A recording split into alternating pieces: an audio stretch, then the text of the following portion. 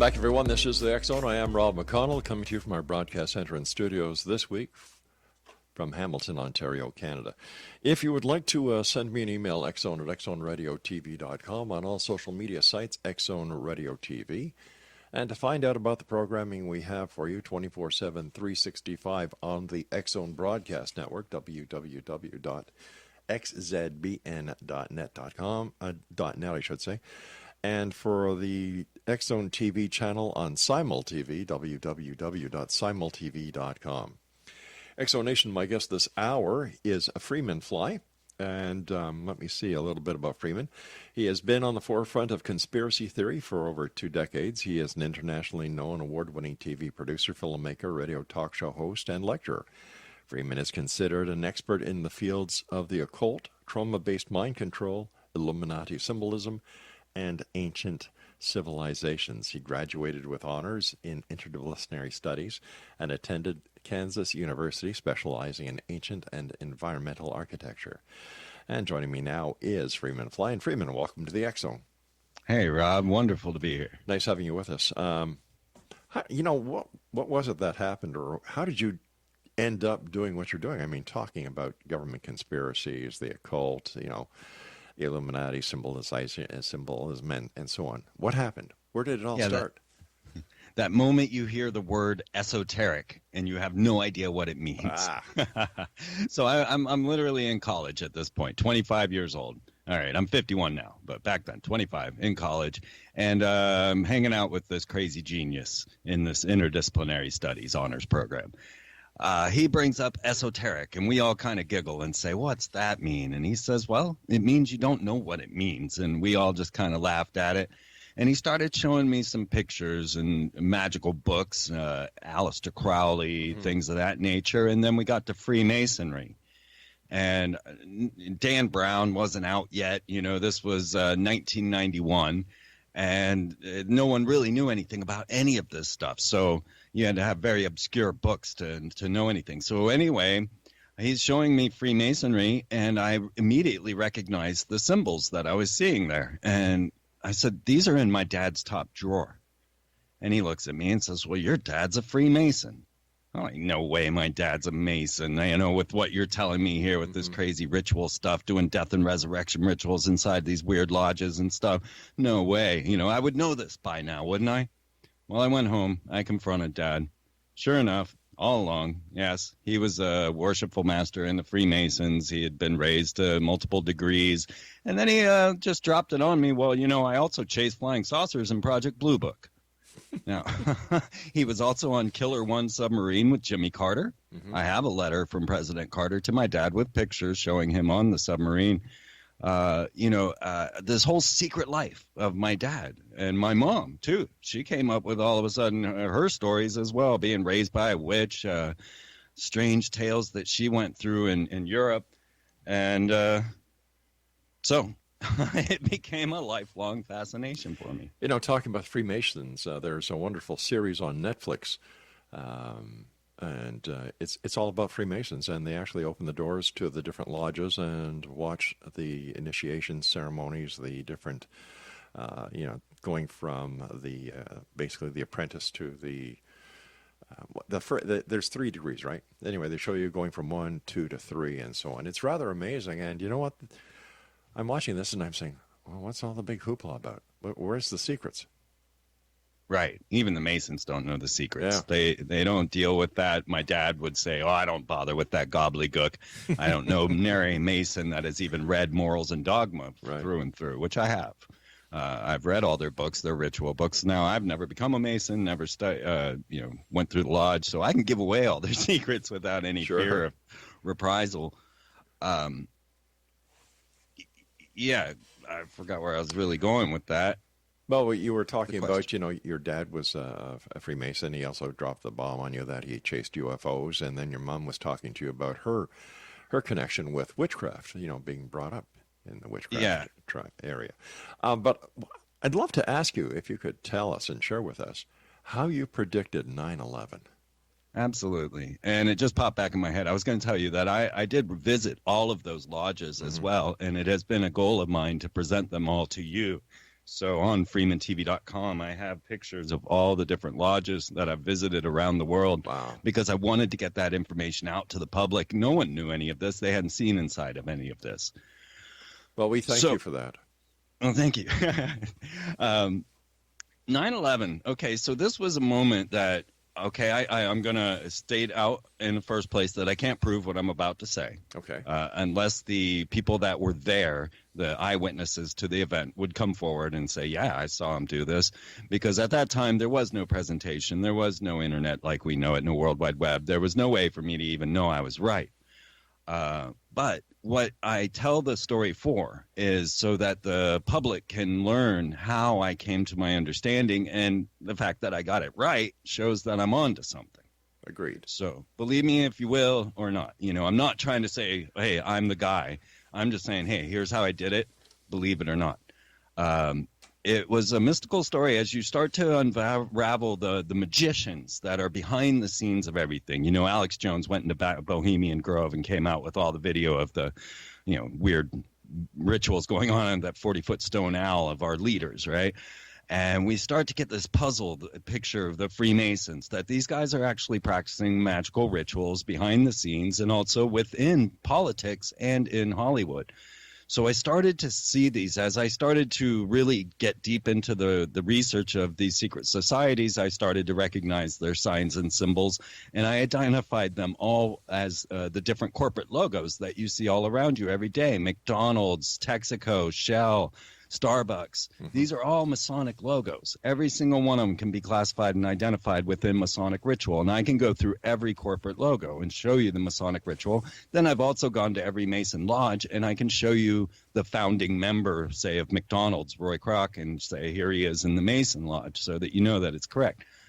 So I started to discover around me all of a sudden everything had a different meaning, a different understanding. And Y2K came up. And as I'm sitting there, I was working at Kansas University at the time, and I'm watching the news, and I'm gathering this story. Now, there was a headline that came out December 18th, 1999. If anyone can get a copy of this USA Today, because they don't database them like they do any other newspaper. The USA Todays were just there and gone. But the headline, December 18th, 1999, on the USA Today was, Muslims stopped the Freemasons from capping the Great Pyramid with gold. Now, you can find the cancellation of the capping of the Great Pyramid with gold for Y2K. You can find that article. AP, everybody reported on it.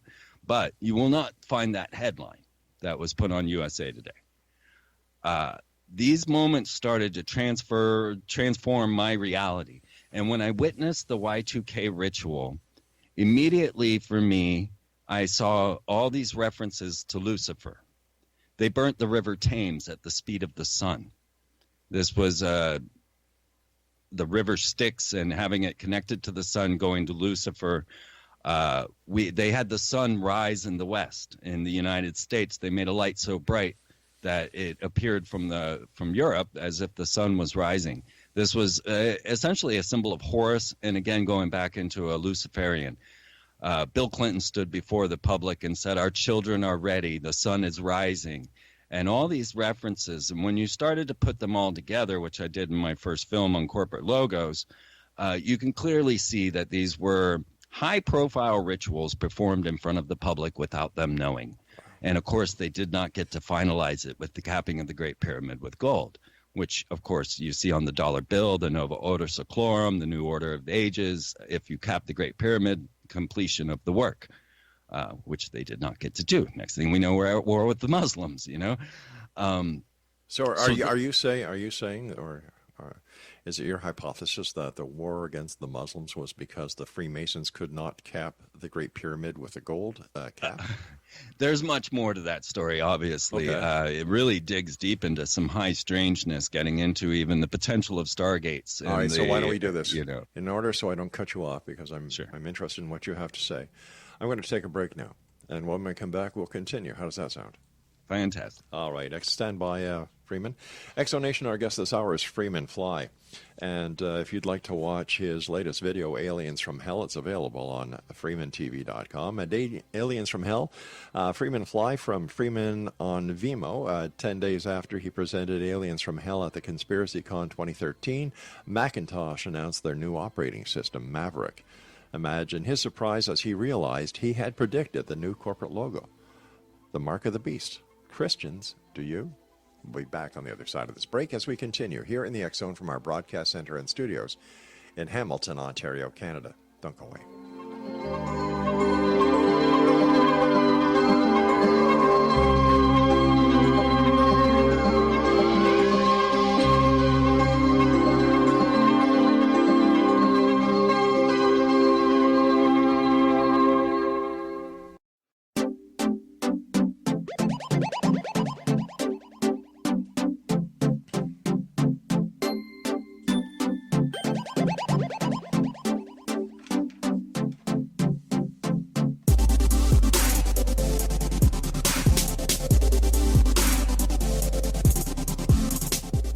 Exonation, to get a better idea about our guest this hour, I'd like you to go to freemantv.com/aliens-from-hell. We're going to be putting this all over the place because I really believe it's something that everybody should see. And congratulations on all the work that you do, Freeman. Thank you so much. I really take this serious. I know you do. And, I appreciate that. I really appreciate when somebody really gives 150% in something that they believe in. And you certainly do that. Thank you. Okay, so we've got, where did we leave off? We were talking about Y2K. Y2K, right. And getting into the Bill Clinton story. So that's what Monica said. That was the moment that shattered my reality. And I said, I quit. I'm not going to be in this real world anymore. And I actually have never been. Really? I never got another job. I quit that real world at that time and began traveling the United States just as some sort of mystic fool. I think you underestimate your worth.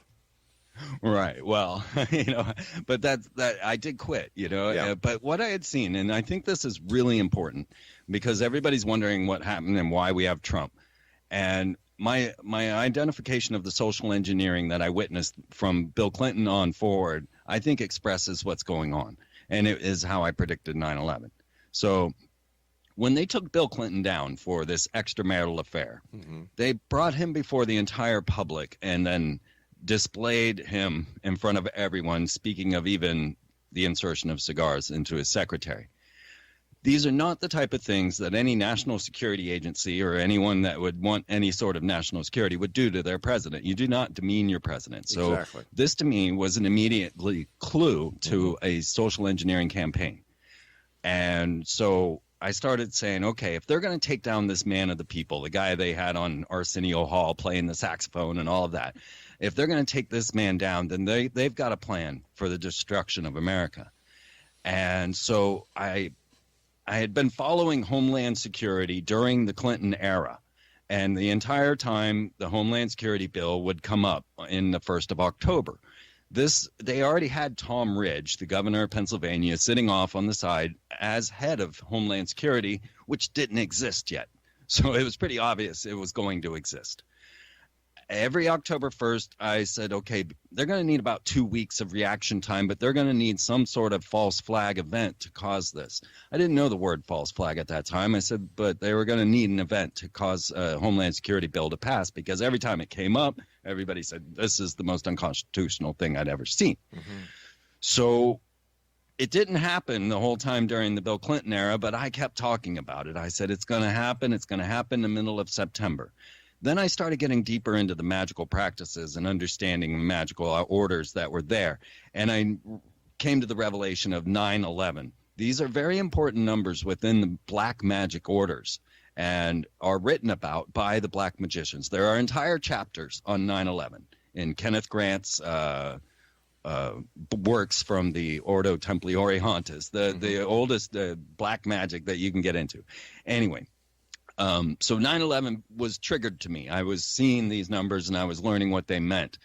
Then I noticed that HW, now HW head of the CIA. We got lots to say about him becoming president, but that's a whole nother story. More time. He had given his New World Order speech on 1990 9/11. And so I used that and said, wait, maybe they'll use this as a significant date because they seem to like these significant dates. So I amended my middle of September prophecy or prediction, not prophecy, prediction, to 9/11. And so it didn't happen, right? Throughout the whole Clinton era, it didn't happen. And so I started looking. They had taken down the man of the people. I said, okay, the next thing to do is destroy people's confidence. So they need to force a president into office. And I said, it's going to be this character W, because W is the letter of the fallen angels. And you got to study Kabbalah, you got to study black magic in order to understand that VV is the number of the fallen angels. And when the rumbling of this W came around, I said, okay, they're going to force this W into office, and they're going to make it obvious. And, of course, they did. And Jeb Bush and the whole scandal, and everybody knew voter fraud. Right. So I said, okay, next president. Oh, well, then I knew, all right, once my W prediction had come correct, I said, okay, this is going to be the year they actually do this, and 9/11. So in front of all of this large party, I announced, hey, there's going to be a major terrorist attack on 9/11. Don't freak out. This is all for your reaction. That was my best description of a false flag. And I dropped the mic. It was this party I was at, and the band had taken a break, and I just felt whimsical, and I went up and announced that. On 9/11, I had a dozen people standing at my door yelling at me, how did you know? How did you know? And I wanted to explain to them how I knew and how black magic was playing into all of this, but, what could I do? They were all so angry. But now, as a conspiracy theorist, what really shocked me was that two of the people in that line of people yelling at me at my door in the morning, I didn't even know 9/11 had happened. I didn't have a television. I didn't have a calendar. I had no idea what they were talking about. But they already had their $20 bills folded as the Twin Towers. Now, this shocked me, and I'm like, how could you possibly know that? And they said it was on the internet. So I'm probably the only one that knows that people knew about folding the 20 on 9/11, which is impossible unless they wanted you to know. Right? Listen, let me ask you something before we go further. The number 7, what significance does that play in the world of esotericism as well as in the conspiracy when it comes to 9/11 or the false flag, if it plays at all? Doesn't really play into the dark side. It's actually more of a positive lucky number that you will find. No, because the reason I was asking, I figured, all right, George Bush was president number 43, right? So 4 and 3 is 7. Just thought I'd throw it in. Right. Yeah, it helps to have a deep study of Kabbalah. You see, Albert Pike, the founder of the Scottish Rite Freemasonry, and that's when you get above the 3rd degree and start going into the Scottish Rite. That's where you get your 33rd degree Freemasons. Albert Pike wrote the handbook for this, Morals and Dogma, and he claimed to be a reincarnation of the black magician who drew that Baphomet statue of the goat that everybody's so familiar with. Oh, yeah. The Satanic Temple are putting up and all over. He's the one who came up with that picture, A Life as Levi. And then Albert Pike came in as a master magician and said he was the reincarnation of Levi and wrote the Morals and Dogma to the Scottish Rite Freemasons. And in that, he states over 70 times that Freemasonry is Kabbalah. So in order to understand Freemason ritual, you have to study Kabbalistic ritual, which also includes studying Hebrew and numerology and the tarot. All of these things come together and they form this system of magic that has been around for thousands of years that you can, there's a lot of work on this. It's not some flight of fancy. Magic is something they take very seriously. So I took them very seriously in this. And in using the ideas of Kabbalistic magic, like using 66 VV. Now in Hebrew, V is 6. So this gave me the foresight to say, okay, they're going to force this W into office and make it obvious. Then, as the next thing, once you had lost your faith in the system, next you needed to lose your concern for the Constitution. And I said the next president, and this now is bona fide, like now I'm on the air, now I'm out talking to people, and I'm saying, okay, the next president, will not be considered an American. His eligibility will be questioned, and he'll be considered a foreigner. And of course, then came Barack Obama. Yeah. And I was correct again. Now, at least now this is bona fide. Now you can see my theories coming forward. And following that, I said the next thing is the honey boo boo effect, or what I called the satanification of America. Yeah.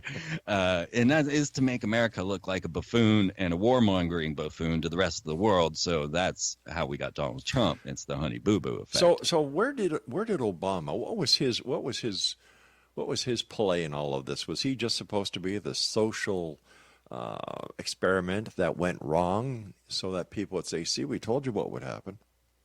Man, you're not going to believe this, but if you look at the pictures, you'll know that I'm telling you the truth. Mm-hmm. Now, this is an amazing story that unfolded on the air as we discovered the similarities between Barack Obama and Akhenaten.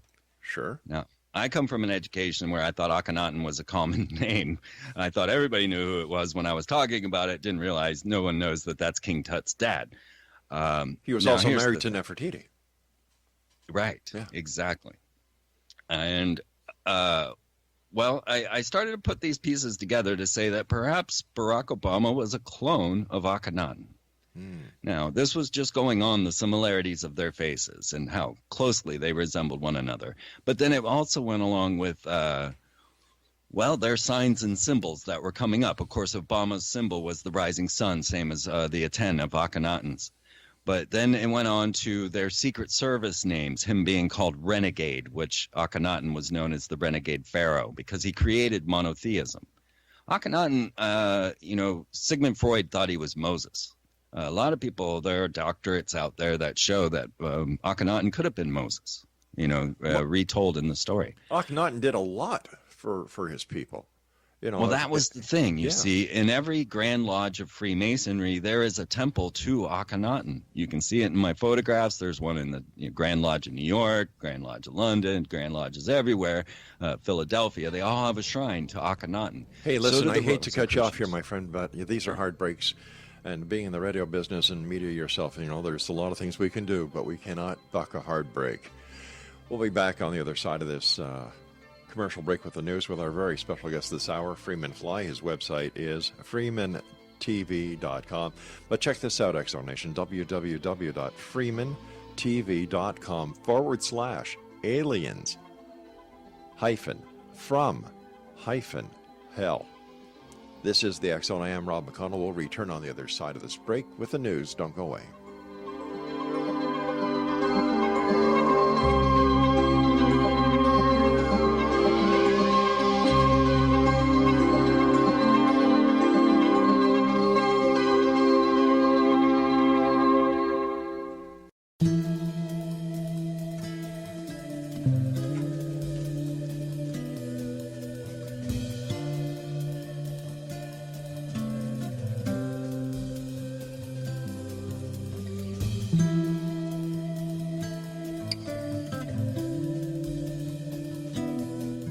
Freeman Fly is our guest. His website is freemantv.com.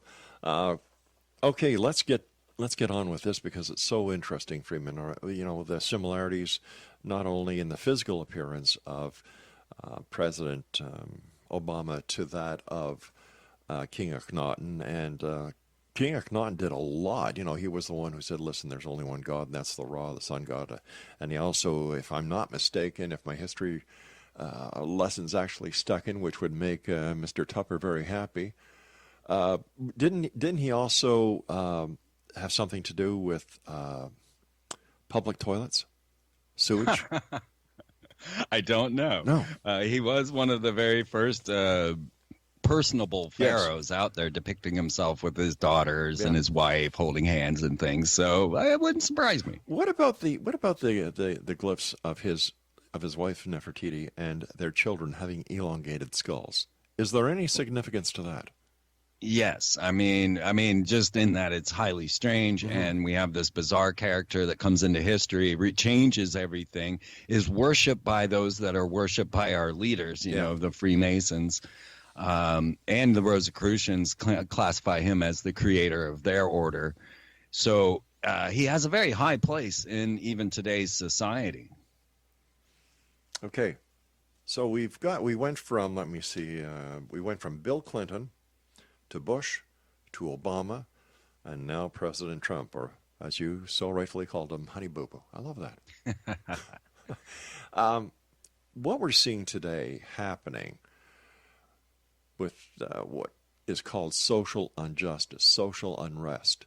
And I can only point to 2 weeks ago with what happened in Washington with, Judge Kavanaugh.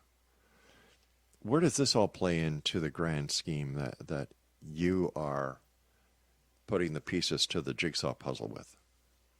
Well, my next prediction, when people asked me what was next, I said riots in the streets. Mm-hmm. I just seem to be on the tip of these things. I don't know. So it is the dissolution of America. It's the satanification of America. And I mean that in the most direct sense, in Satan being the adversary. And we're making America the adversary. And so the more foolish, more just outlandish that we look, the better. And that's really what I see in all of that.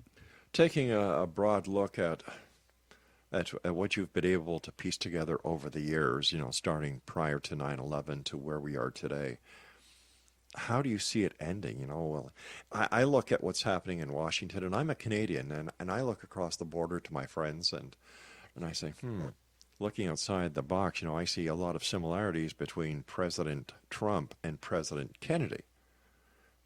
Because, Trump wants to drain the swamp. President Kennedy wanted to disband the CIA. Both, are known for their love of women and their lust for the extramarital. Is the same thing going to happen to President Trump that happened to President Kennedy? Or has President Trump been put there by the right people for the right reason, and no matter what he does, he's protected? Honestly, I'm still trying to figure that one out. Okay. Now, I have covered the space war news for well over a decade, mm-hmm. and I've projected up to this coming Space Force. So I do have an entire section on my website called Space War News for the last 10 years, showing that the Space Force was on its way, and already here's how it's going to lay out. So I see him, coming forward and saying, I had this great idea. Why not a Space Force? And here I've been tracking it for all these years. So obviously, if he's just staying on that same target, but now realize, okay, so if we go back to the Obama story and we realize, okay, I'm saying Obama's cloned of a mummy from 2,500 years ago. Right. Is that even possible? Sure it is. And yeah, of course. If you go to Nature magazine, 1985, you will find an article where they did clone mummies from Akhenaten's period, from his time period. So mummies can be cloned, but we don't have that technology. But what if we started getting to where we have the Avatar program, mm-hmm. and we do have human cloning, mind transfer technology, and therefore transhumanist eternal immortality? Well, transhuman evolution is a fact of life. We see it all the time. People, when we look at the bionic parts that are being created by science for those who have lost limbs and so on, the genetically manufacturing of organs for people who need organs, or even the severe burn cases with the artificial skin that is applied in order to help the skin beneath the artificial skin regenerate. This is all happening. Absolutely. And, one of the most recent ones was them creating a sheeple. Exactly. Crossing human DNA with sheep DNA in order to produce a human pancreas inside of the animal. This just happened. People don't even realize we have glow-in-the-dark cats. But we already have sheeple. They also made pig people, and they made cow people. And in fact, one of the Jerry Seinfeld TV shows was very on that, about the person who looked like a pig, and George Costanza was seeing this pig person running all over the hospital.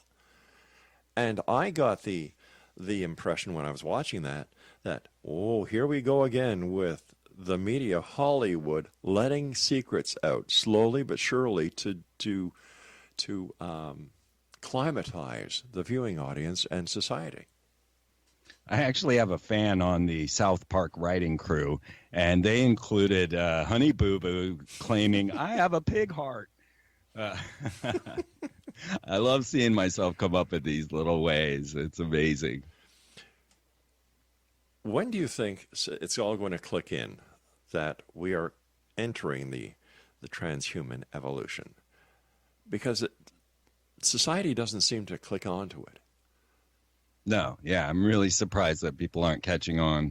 I mean, I'm ready to set up a business to sell these glow-in-the-dark cats because I think they're going to be a phenomenon. Mm-hmm. Because they produce glow-in-the-dark cats. So that's something about genetics you should know. Once they crossbreed these things, they keep making that same breed. So, here we have this Russian billionaire Ichkov that went around to DARPA and other governments saying, and to billionaires, look, I can give you immortality.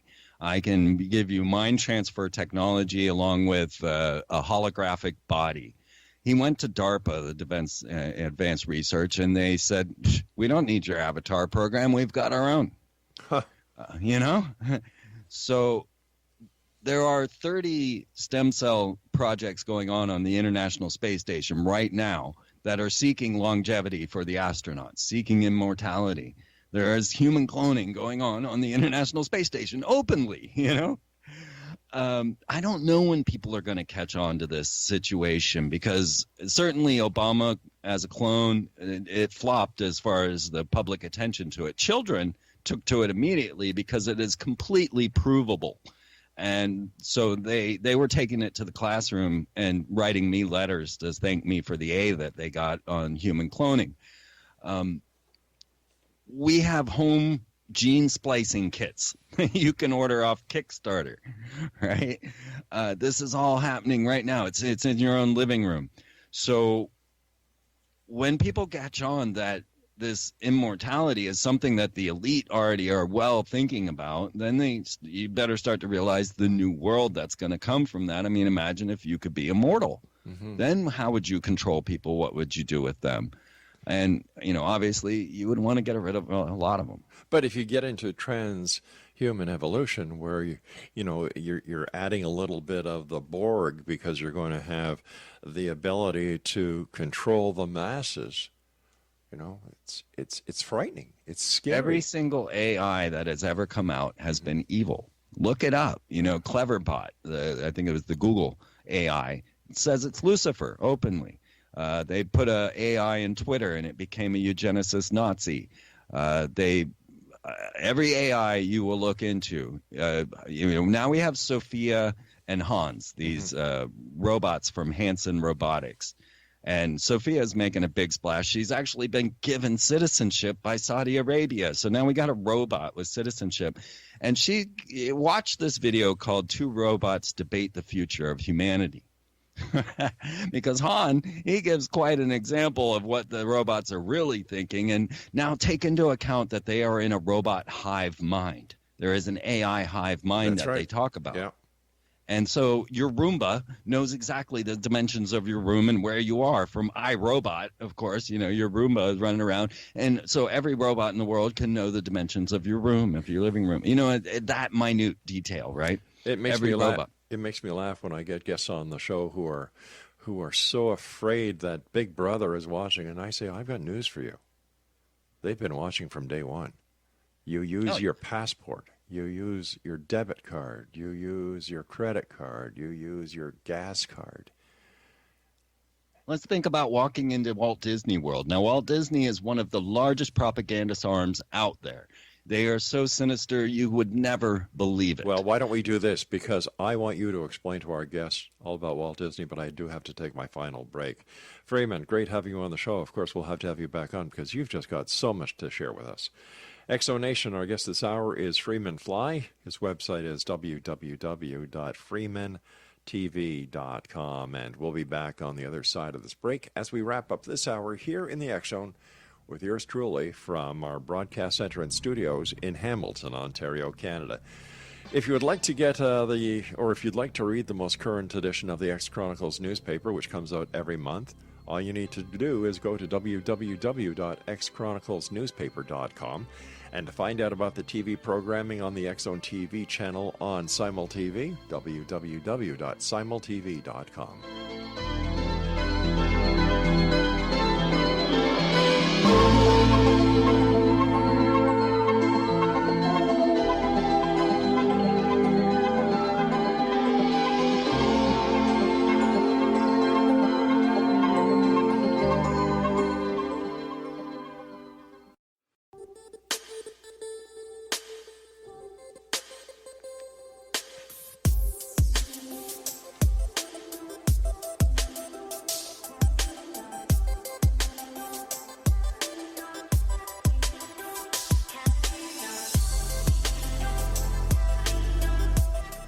Exonation Freeman Fly is our special guest this hour.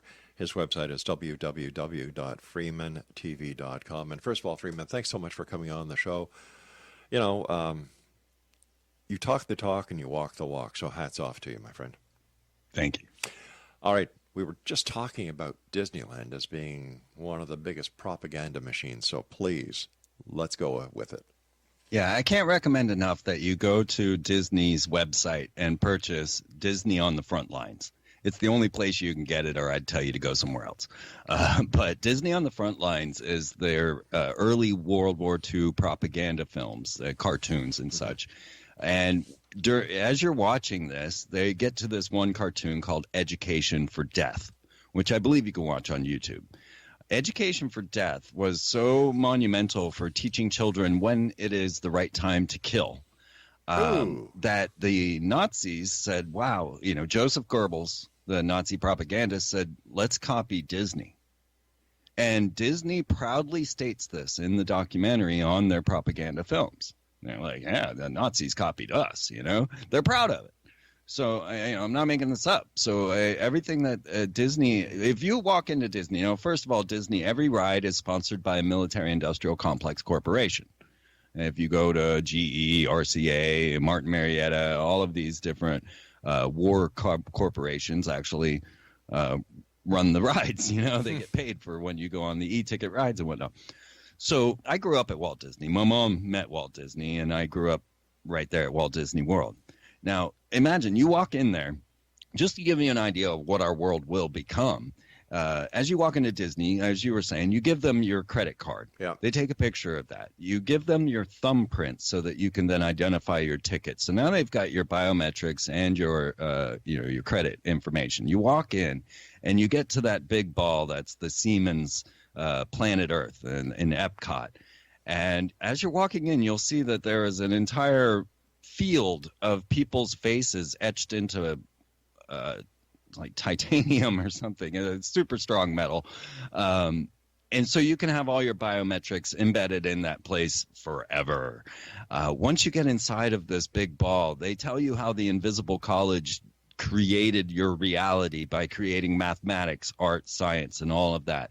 They tell you exactly how the Brotherhood led you into this mess. And then as you're in the ride, they ask you, well, what would be your favorite vacation? And they ask you to allow a picture to be taken. So suddenly now they take your picture, and you have to give them all this data. Well, then your picture flies off the cartoon that they had made of you at your favorite vacation, and it goes straight to your hometown on this giant map in the middle of the exit. So now they've got all your information. You're completely databased, and if you wanted to, you can pay them to immortalize this in the field. And then, of course, they have the worst food, and everything's super expensive, and you can't get through.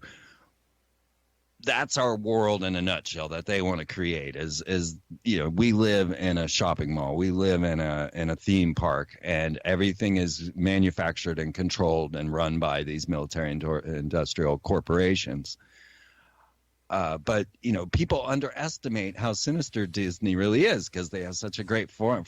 But, you know, there was Walt Disney with Werner von Braun, right? You know, the Project Paperclip, it came straight to Disney, you know. You got to take all of this into account when you realize what they're producing and how much they control now. You know, they own ABC, they own Marvel, they own what did they just buy? The Star Wars. Anything that has a real propaganda effect in it, they own it. You know, I went to Disney World with my wife last year. We were in Orlando. And I've got to tell you something. I didn't enjoy myself there. It just didn't feel right. Yeah. It just didn't feel right. And what really threw me off, you had all these adults acting like kids. Like it's like they walk through the gates and something takes over their mind. Definitely. You've got this singing in the background, and we're on the plane back, and I'm just wondering, subliminal messaging in these songs? Is there something going on that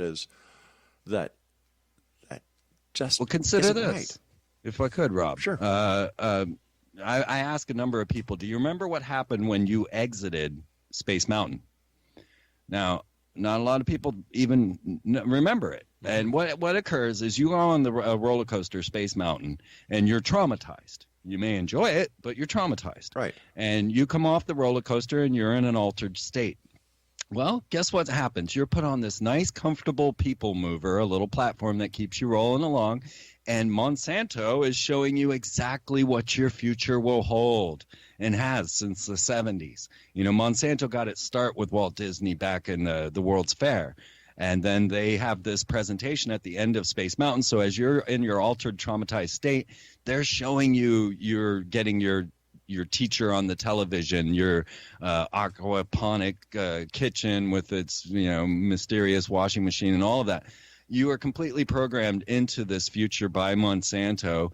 And then the last thing that happens to you as you exit is all of a sudden you're on camera and you're being filmed everywhere. And then you exit the ride. So, yes, subliminal programming openly right in front of you that most people don't recall. Is it then possible that subliminal advertising and messaging is still going on within the industry? We've known about it in the film industry. We've known about it in televisions. But how about on the internet? Is the internet being used as a mind control tool as well? That's a toughie. You know, I honestly constantly say I don't think they saw us coming. Mm-hmm. Right? There's a lot of times where I think that they were expecting, like the riots in the streets. But they didn't see us podcasters and us researchers that were willing to work our hearts out for nothing. 10 years I've been running FreemanTV.com. I never got a paycheck. Every television show, every podcast, every hour that I spent, I didn't get paid. And I don't think they expected that from us. And so I think we kind of burst the bubble, honestly. You don't get paid in monetary value, but you do get paid because of the marketing value. You're marketing yourself. And otherwise, if you didn't do your podcast, if you didn't do radio shows and TV shows, you'd have to pay for the marketability of yourself. You'd have to advertise yourself. So when people say, well, I'm doing this and I'm not getting anything in return, I kind of say, well, yes, you are. Just like an author comes on this show, they're getting an hour's worth of advertising. Absolutely. Yeah. And, I do have 7 DVDs and 3 books, so a little marketing going on there. I highly recommend it, but everything's free on FreemanTV.com. The products are simply to keep producing the show. Well, there you go, because you want the truth to get out there. Absolutely. We've got about 3 minutes left. Can you give us a little bit of a taste about the Illuminati corporate logos? Yeah, it's such a phenomenon now, and it really kind of blows my mind because I came up with this concept as I started to discover the Freemasonic rituals and then identifying the signs and symbols in each of the corporate logos that I saw. I came up with this science, and I have it all outlined there on the website for you to learn this on your own. But then it exploded. Dan Brown put out the Da Vinci Code after I had put out my first film on corporate logos, and this Freemason understanding popped out more and more with like Nick Cage and Disney, right? With National Treasure, right? Disney again and the Freemasons. So all of a sudden the world knew more about this stuff than they ever had before.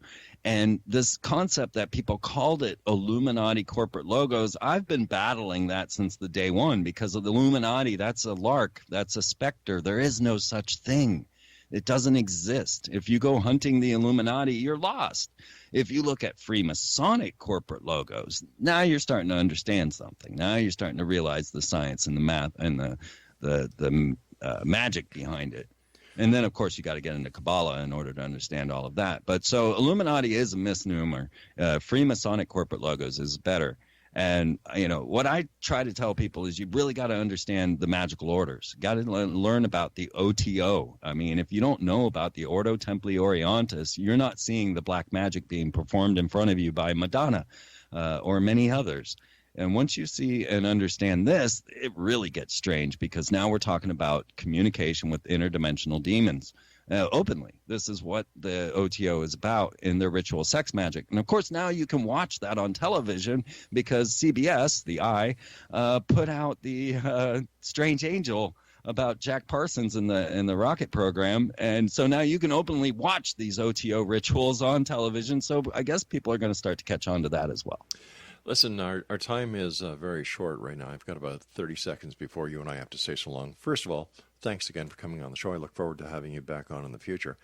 And where can listeners get your DVDs and your books? FreemanTV.com, and just go over to the shop page. I have a glow-in-the-dark cat T-shirt going on, but they're almost sold out. I try to get these topics out into the public forum. I actually sparked a great conversation at the post office in that shirt. Yes. But yes, just go to freemantv.com and surf. There's 13 years of stuff there, and you can spend the next 10 years there and never see the same thing twice. Hey, Freeman, thanks a lot for your time. Look forward to having you back in the future. Until then, take care of yourself and stay well. Thank you, Rob. You too. Bye-bye. Exonation, Freeman Fly has been our guest. And for more information about Freeman, visit his website at www.freemantv.com.